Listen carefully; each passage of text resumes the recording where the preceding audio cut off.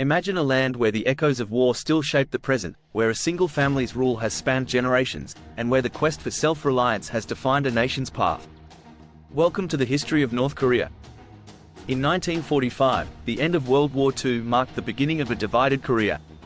The 38th parallel became the line separating the Soviet-occupied North from the American-occupied South. The division was meant to be temporary, but by 1948, two separate governments emerged: the Soviet-aligned Democratic People's Republic of Korea in the north and the American-aligned Republic of Korea in the south. The Korean War erupted in 1950, a brutal conflict that ended in a stalemate 3 years later.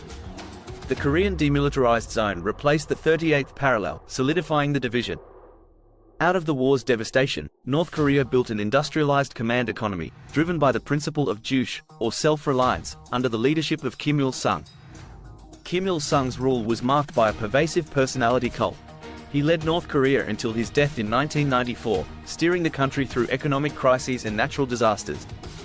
Kim Il-sung's son, Kim Jong-il, succeeded him, continuing the family's grip on power.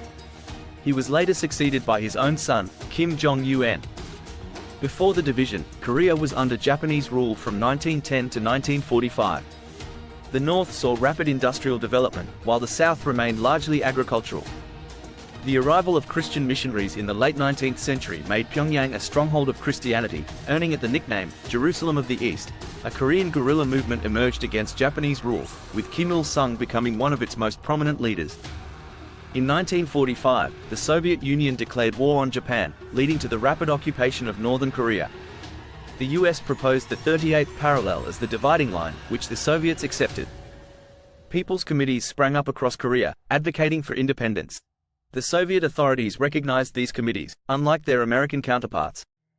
Kim Il-sung was introduced to the North Korean public as a guerrilla hero in 1945, solidifying his leadership role.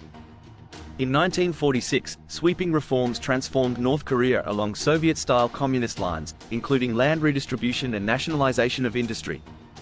The Korean People's Army was established, equipped with Soviet military hardware, and trained in guerrilla warfare tactics. In 1948, the Democratic People's Republic of Korea was proclaimed, with Kim Il-sung as premier. The UN recognized the Republic of Korea in the South as the only lawful government. By 1949, North Korea had become a full-fledged communist state, with political power monopolized by the Workers' Party of Korea. The Korean War saw North Korean forces initially overwhelming the South, but UN forces, led by the US, pushed back, leading to a bloody stalemate. The war's devastation led to the destruction of much of North Korea's infrastructure, prompting the regime to build homes, schools, and factories underground. Post-war, Kim Il-sung consolidated power, purging rivals and establishing a one-man Stalinist autocracy. The 1956 Party Congress marked a transformation, with younger, less educated members loyal to Kim Il-sung taking over. Kim Il-sung's personality cult grew, with the doctrine of juche displacing Marxism-Leninism. His family was elevated in a revolutionary bloodline. Internationally, Kim Il-sung maintained a delicate balance, refusing to denounce Stalin and stressing Korean independence. Relations with China and the Soviet Union were complex, with both countries providing support but also criticizing Kim's leadership. In the 1960s, North Korea emphasized military buildup, leading to tensions with the South and incidents like the capture of the USS Pueblo.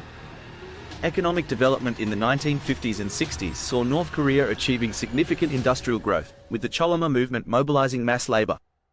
By the 1970s, North Korea's economy began to stagnate, compounded by heavy military expenditures and foreign debt. Kim Jong-il was introduced as Kim Il-sung's successor in 1980, solidifying the dynastic rule. The collapse of the Soviet Union in 1991 left North Korea isolated, leading to economic decline and famine in the 1990s. Kim Jong-il's era saw continued emphasis on military strength, with the introduction of the Songun, or military-first, policy. Kim Jong-un succeeded his father in 2011, continuing the family's rule and facing international scrutiny over human rights and nuclear ambitions. North Korea's history is a tale of resilience, isolation, and the enduring legacy of a single family's rule. Stay tuned as we explore more about this enigmatic nation.